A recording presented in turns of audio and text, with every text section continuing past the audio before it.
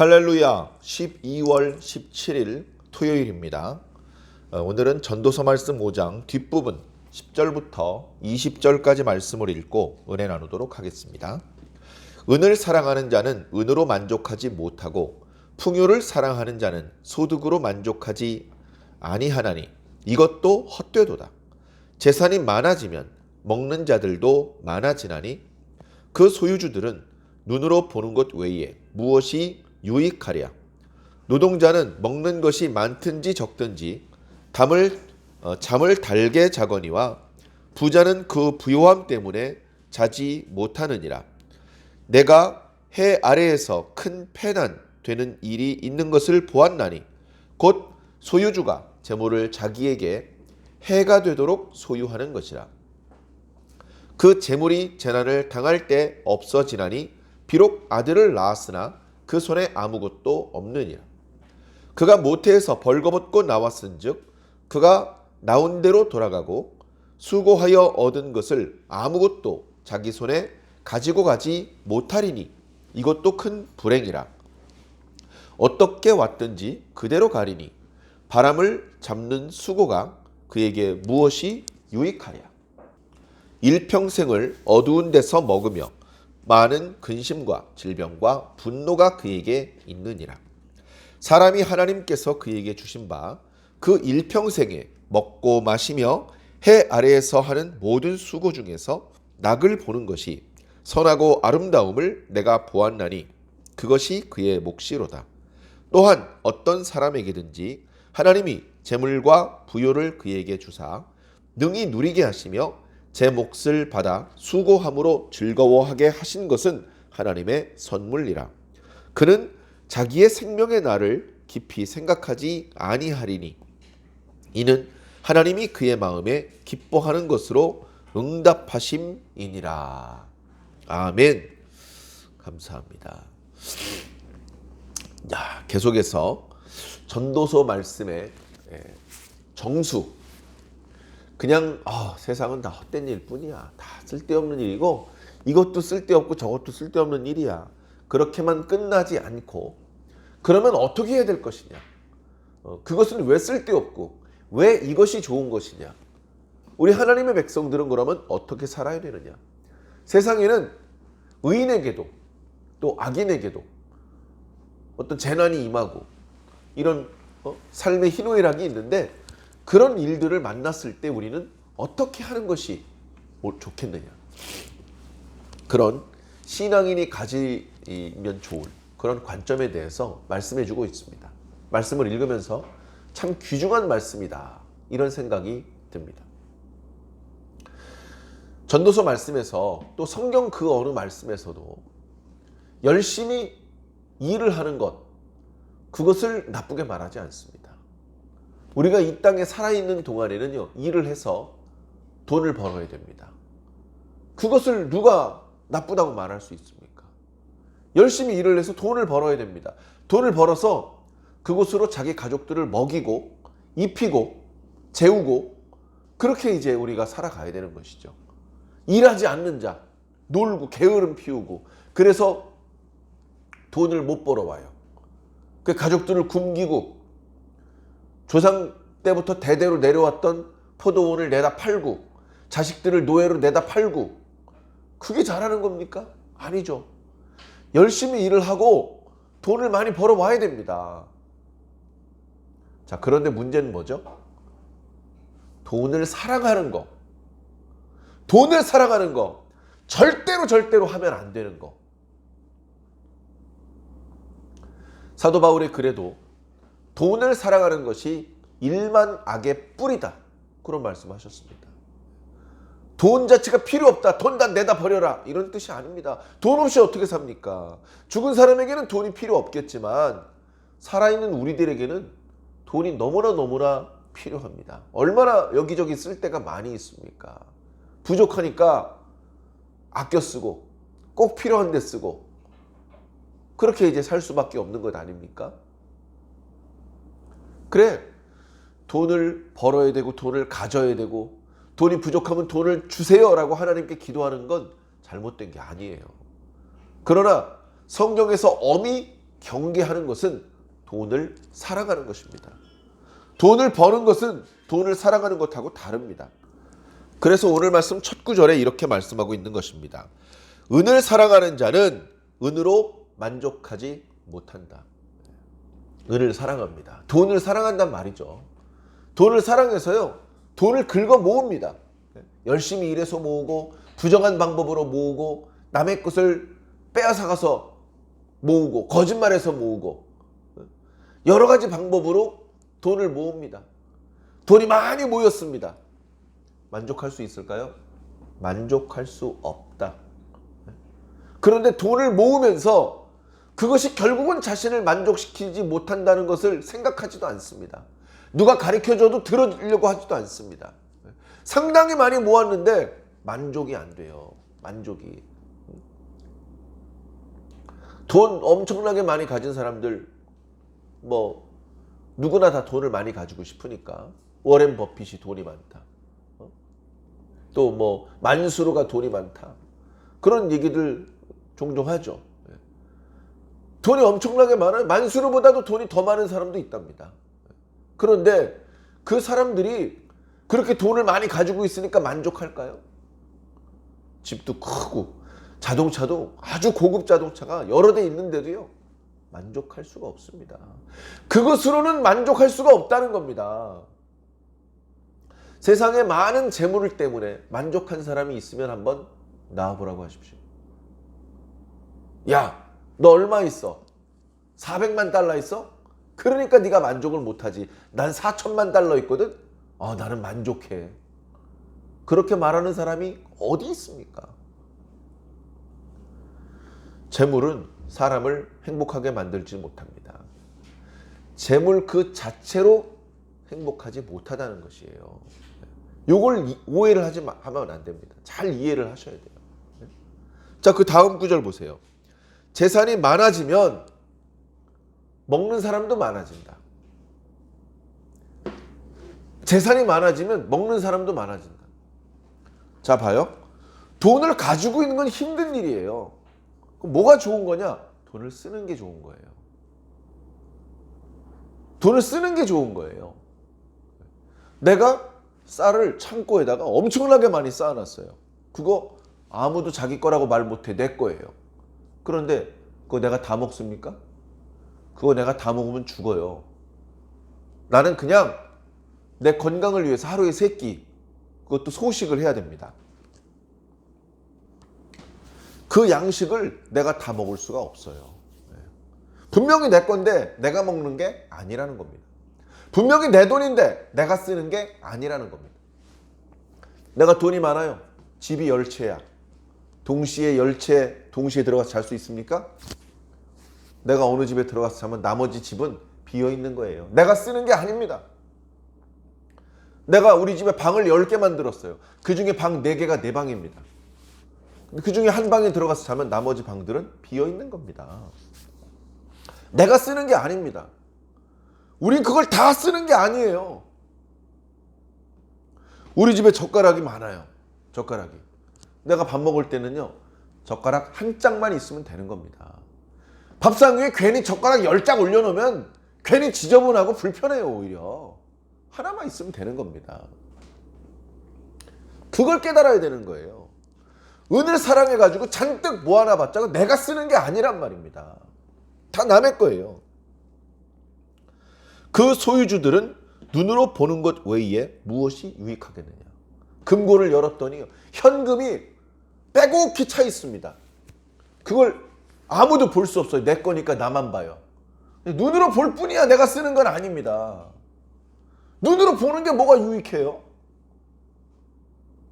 그 남의 돈 사진 찍어가지고 그 사진을 벽에다 붙여놓고 보는 거랑 똑같은 겁니다.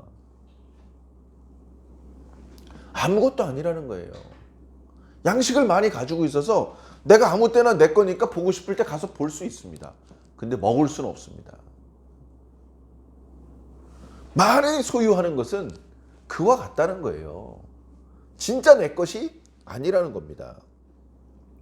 노동자는 먹는 것이 많든지 적든지 잠을 잘게 잡니다. 조금 맛없는 반찬 있죠? 김치, 막 신김치. 그런 거 줘도요 배고프니까 맛있다고 먹습니다. 찬밥 줘도요 물 말아 먹고 끓여 먹고 맛있게 먹어요. 잘 먹었다. 코 드르렁 골면서 잘 잡니다.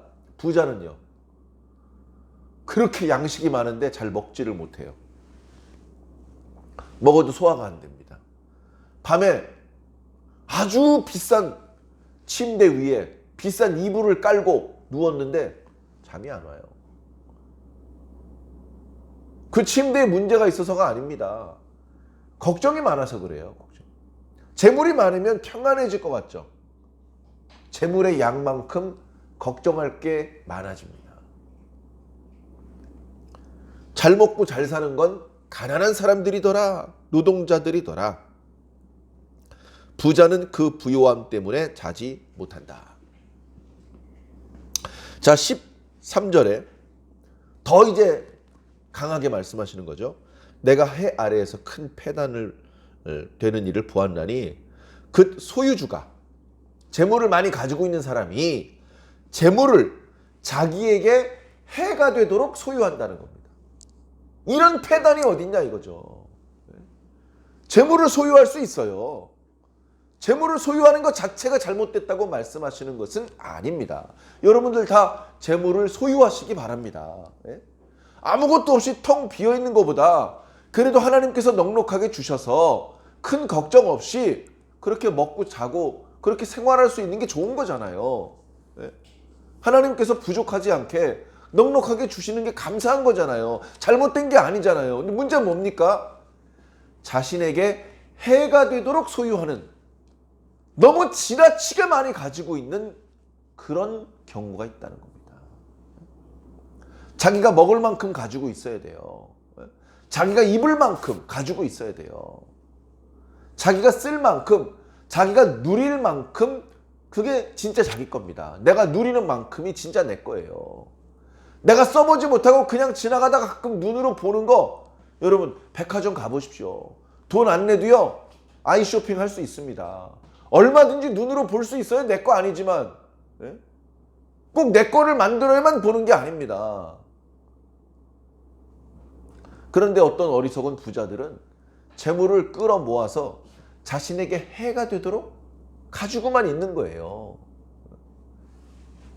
14절, 그 재물이 결국 어떻게 됩니까? 써보지도 못하고 재난을 당할 때에 없어져 버립니다. 그렇게 많이 쌓아놨는데 없어지는 걸로 말하면 하루아침에 없어진다는 거예요. 에이, 설마 없어지겠어? 없어집니다. 없어져가지고 어떻게 되냐면 자식한테 상속해 줄 것도 없는 거예요. 아빠 배고파! 애들이 울고 있는데 그 입에 넣어줄 게 없는 거예요. 다 잃어버리는 거예요.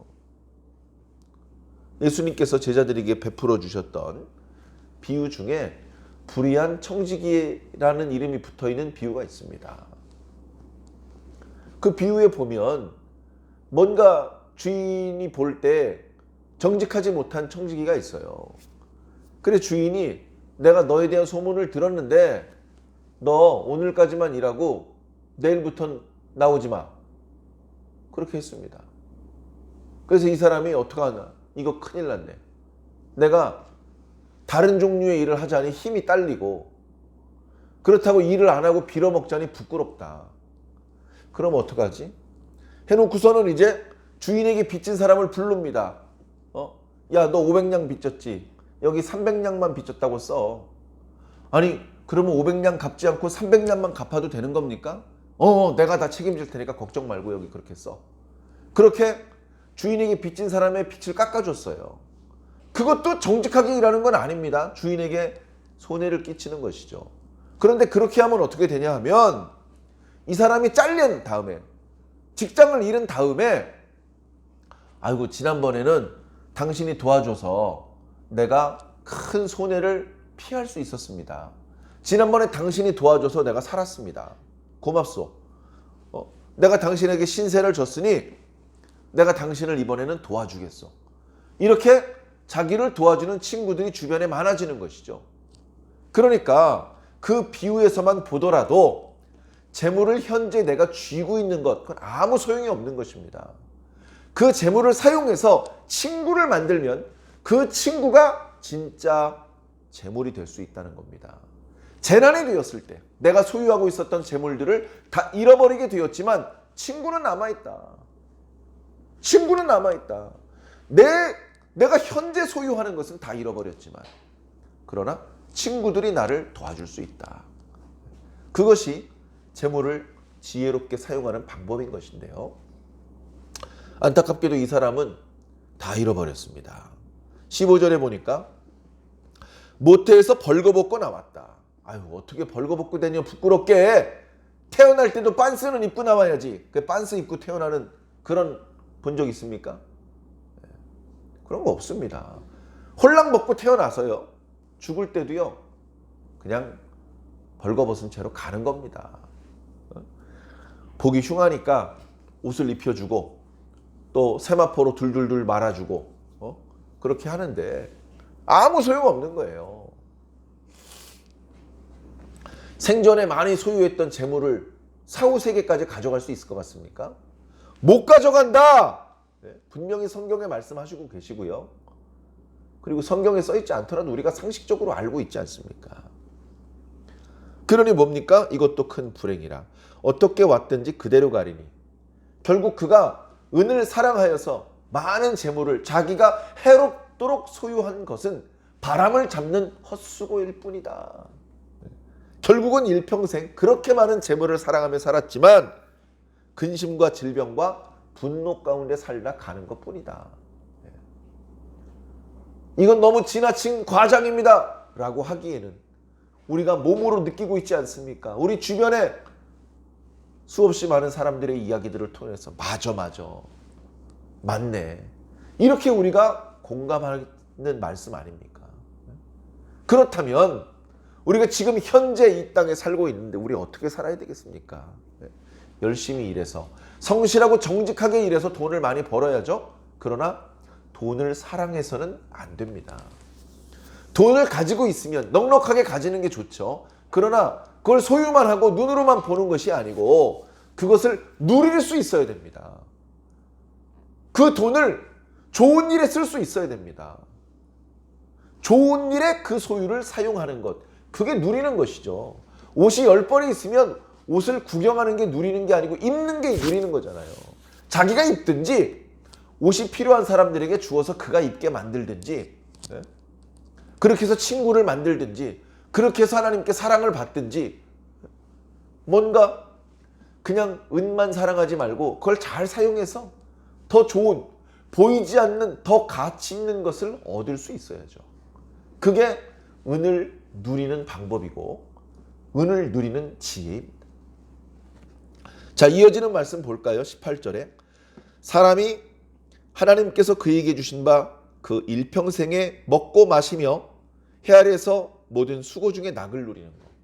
지금 이거 계속 반복되고 있어요. 이거 하나님께서 주신 선물이랍니다. 세상은 허무하고 세상에 사는 모든 일은 바람을 잡는 것과 같이 무의미한 일인데 그런데 그 중에서도 먹는 일, 먹으면서 느끼는 즐거움, 마시면서 느끼는 즐거움, 일하면서 느끼는 즐거움, 요건 하나님께서 주시는 선물이다. 하나님께서 주시는 선물이다. 그러니 어떻게 하라? 부지런히 먹고 마시고 일하면서 그 즐거움을 누려라. 이게 하나님의 백성을 향한 지혜의 가르침입니다. 그래서 일평생에 먹고 마시며 해 아래에서 하는 모든 수고 중에서 낙을 보는 것이 선하고 아름다움을 내가 보았나니 이것이 바로 그의 몫이로다. 또 어떤 사람에게는 하나님께서 재물과 부요를 주셔요. 은과 재물과 많은 소유를 주셔요. 그런데 소유물만 주시는 것이 아니고 그것을 누릴 수 있는 지혜도 주셔요. 아까 처음에 이야기했던 사람은 은을 사랑하기만 했지 자기에게 해가 되도록 소유할 줄만 알았지 누리는 방법을 몰랐어요. 그래 갑자기 잃어버리고 나니까 아무것도 아닌 게 돼버렸죠. 그러나 하나님께서 어떤 사람에게는 재물만 주시는 것이 아니고 그것을 누릴 수 있는 지혜도 주신다. 참 감사하죠. 재물과 부요를 그에게 주사 능히 누리게 하시며 제 몫을 받아 수고함으로 즐거워하게 하신 것은 하나님의 선물이라. 참 감사한 것입니다. 그는 자기의 생명의 날을 깊이 생각하지 않는. 뭐 먹고 살지? 이제 어떡하지 앞으로? 이런 거 걱정하지 않는다는 겁니다. 왜죠? 이는 하나님이 그의 마음에 기뻐하는 것으로 응답하시기 때문이다. 하나님께서요, 우리가 낙을 누리고 기뻐하는 것을 좋아하셔요. 아이고, 이 녀석 먹을 것을 줬더니 기뻐하네. 마실 것을 줬더니 기뻐하네. 일하면서 기쁘게 일을 하네. 즐거움으로 일을 하네. 우리가 기뻐하는 모습을 하나님께서 좋아하신단 말이에요. 그래서 더 우리의 기뻐하는 모습을 보고 싶으셔서 자꾸자꾸 우리들에게 선물을 주셔요. 계속해서 하나님께서 선물을 주실 텐데 내일 일을 뭐하러 걱정을 해? 그걸 내가 걱정한다고 내가 뭘 어떻게 할 수 있는 게 아니잖아. 아이고, 내일 날씨가 많이 춥다는데 어떡하지? 그래, 내일 날씨가 안 춥게 할 수 있습니까? 내일 눈이 많이 온다는데 큰일 났네. 눈 안 오게 할 수 있습니까, 우리가? 밤새 잠 안 자고 걱정을 한들 눈은 그냥 오는 겁니다. 그런 걸 우리가 개입을 하고 우리 마음대로 조정을 하려고 하는 것이 아니에요. 다 하나님께 맡기고 결국은 하나님께서 우리에게 선물을 주셔. 좋은 것을 주시는 분이야. 그 하나님을 믿고 하루하루 자신에게 주어져 있는 분복 안에서 기뻐하며 감사하며 사는 것이 바로 저와 여러분들이 선택해야 될 삶의 방법인 것이죠. 어리석은 자는 은을 사랑하지만 저와 여러분들은 하나님을 사랑하는 자가 되시고 우리들의 마음을 황금에 빼앗기는 것이 아니라 황금 보기를 돌같이 하고 오직 우리는 하나님과 예수님과 성령님의 우리들의 시선과 마음을 다 쏟아서 진정한 행복을 누리면서 살게 되시기를 예수님 이름으로 간절히 축원합니다. 아멘.